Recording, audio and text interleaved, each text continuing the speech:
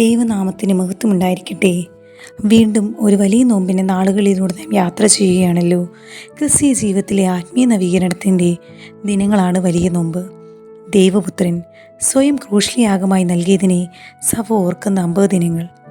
വലിയ നോമ്പിൻ്റെ 38-ാം ദിനത്തിലെ നമ്മുടെ ഒന്നിച്ചുള്ള ധ്യാനത്തിനായി വിശുദ്ധ ലൂക്കോസ് എഴുതിയ സുവിശേഷം 4-ാം അധ്യായം 16 മുതൽ 22 വരെയുള്ള വാക്യങ്ങൾ. ഈ ഭാഗം ക്രിസ്തു ദേവാലയത്തിൽ നടത്തുന്ന ചില സുപ്രധാന പ്രഖ്യാപനങ്ങളാണ്. വേദപണ്ഡിതന്മാർ ഈ ഭാഗത്തെ വിശേഷിപ്പിച്ചിരിക്കുന്നത് നസ്രയത്തിലെ പ്രഖ്യാപനം എന്നാകുന്നു. തൻ്റെ പരസ്യ ശുശ്രൂഷാ വേളയിൽ നടത്തിയ ഒരു പ്രസംഗം ഏവരുടെയും ശ്രദ്ധയും പ്രശംസയും ലഭിച്ച സമയം. ഈ വേദഭാഗത്തിൽ നിന്നും ഒരു ചെറിയ ചിന്ത പങ്കുവയ്ക്കുന്നു. നോവിൻ സ്വാന്തനം നൽകുന്നതാണ്.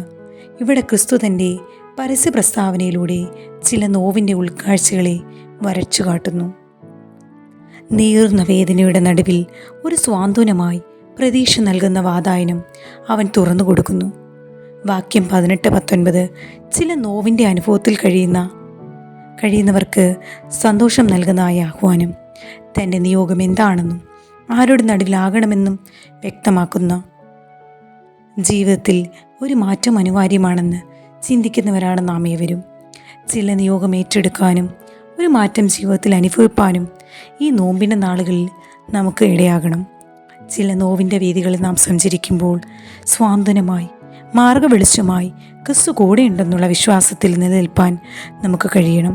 കർത്താവിൽ പ്രിയരെ, ക്രിസ്തു ക്രൂശിലൂടെ നോവിൻ സ്വാന്തനം പകർന്നു നൽകിയില്ലേ? നോവിൻ്റെ അനുഭവത്തിൽ നിന്നും പ്രതീക്ഷയേകി വിജയം നൽകിയ ഓർമ്മയെ കൊണ്ടാടാൻ ഈ നോമ്പിൻ്റെ നാളുകളിൽ കഴിയണം. ക്രിസ്തു തൻ്റെ നോവ് ക്രൂശിലൂടെ പകർന്നു നൽകിയത് സകലർക്കും വേണ്ടിയാണ്. ആ നോവിൻ്റെ സ്വാന്തനമാണ് നാം ഇന്ന് അനുഭവിക്കുന്നത്. ആ ഇടയൻ്റെ ആടുകളായി അനേകർക്ക് സ്വാന്തനം നൽകാൻ ഈ നോമ്പിൻ്റെ നാളുകളിൽ നമുക്ക് കഴിയട്ടെ. നമുക്ക് പ്രാർത്ഥിക്കാം.